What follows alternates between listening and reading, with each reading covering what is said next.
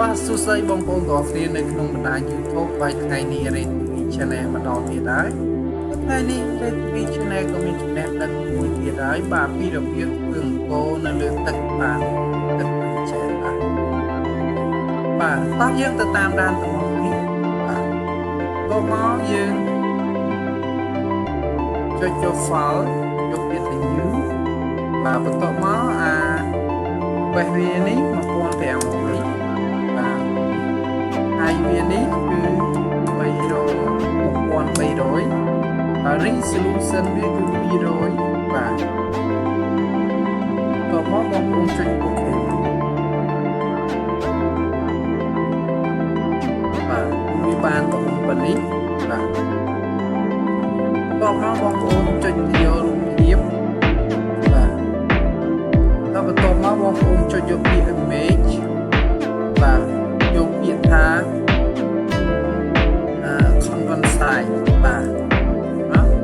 តោះមកបងប្អូនចុចកន្លែងលើនេះតោះមកបងប្អូនដូរវាទៅជា pixel បាទតោះមក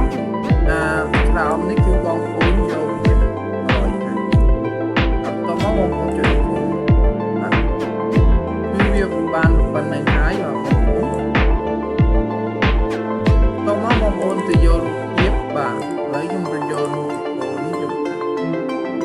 បាទ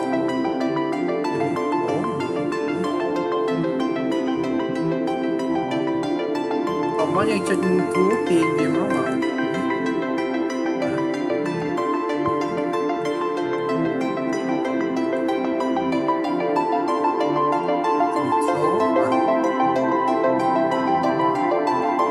បន្ទាប់មកយើងចុច enter មកបាទគឺយើងចុចចឹងបន្ទាប់មកយើងយកបាទ magic tool បាទmagic tool នេះតោះមកបងប្អូន select នៅខាងលើវាបាទ select នៅកន្លែងនេះគឺ select ហើយកន្លែងនេះគឺ file បាទបន្ទាប់មកបងប្អូនចុចខាងក្រោមនេះបាទតោះមក control search បូកនឹង i បាទ control search បូកនឹង i តោះមកយើងចុច copy វាបាទ copy វា3ដងមកបាទចុច control អក្សរ J បាទ3ដងតោះមកយកនេះបងប្អូនយកវានេះបងប្អូនថេចនៅលើនេះបាទលេខអក្សរបាទតោះមកបងប្អូនចុច control អក្សរ T បាទបន្ទាប់មកបងប្អូនចុចដាក់ចុច search ជាប់បាទវាចេញតោះមកយើង enter វាបាទ selection វាបាទតោះមកយើងបង្កើតនៅ new layer បាទតោះមកយើងចាក់ពណ៌សទៅលើវាបាទនេះគឺយើងចុចអក្សរ X បាទឲ្យពណ៌សទៅខាងក្រោមតោះមកបងប្អូនចុច control នេះបាទតោះមកបងប្អូនចុចយកពាក្យថា filter បាទយកពាក្យថា render បាទយកពាក្យថាបាទតោះមកបងប្អូនចុច control អក្សរ L បាទកន្លែងកណ្ដាលនេះគឺបងប្អូនយកពី pixel មកចុច OK តោះមកបងប្អូនយកពាក្យថា filter យកពាក្យថា distort បាទយកពាក្យថា white កន្លែងនេះគឺ200បាទតោះមក OK តោះមកបងប្អូនយកពាក្យថា filter យកពាក្យថា distort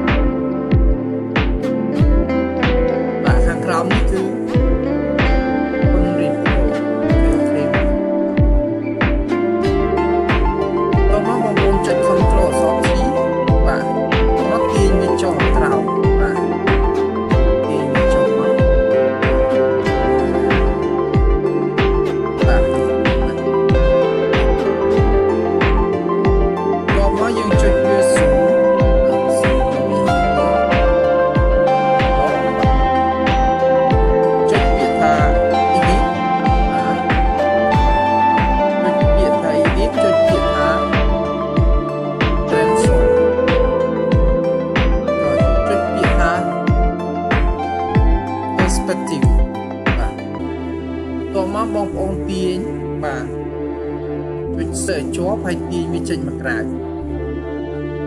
បាទ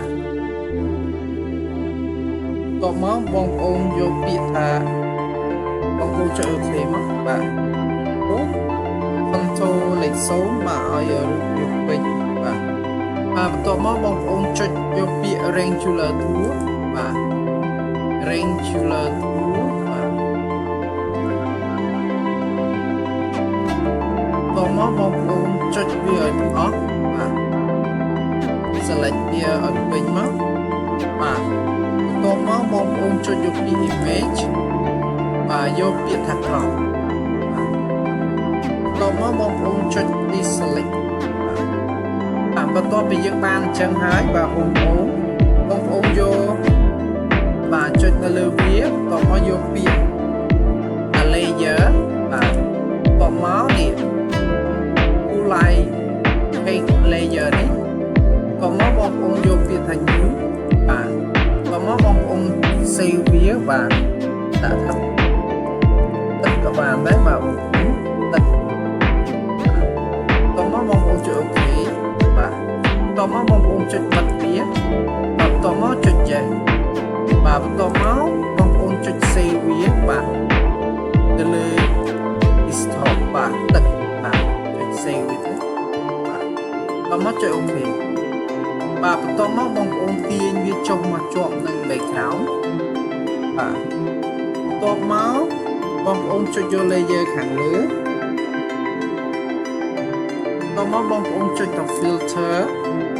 ចុចទៅ distort បាទតមកបងប្អូនចុចទៅ display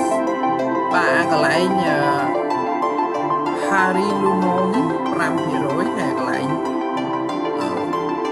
vertical 50បាទតមកចុច OK បាទបន្ទាប់មកបងប្អូនទៅរក file ដែលបងប្អូននេះទាញវាចុច OK បាទបន្ទាប់មកបងប្អូនចុច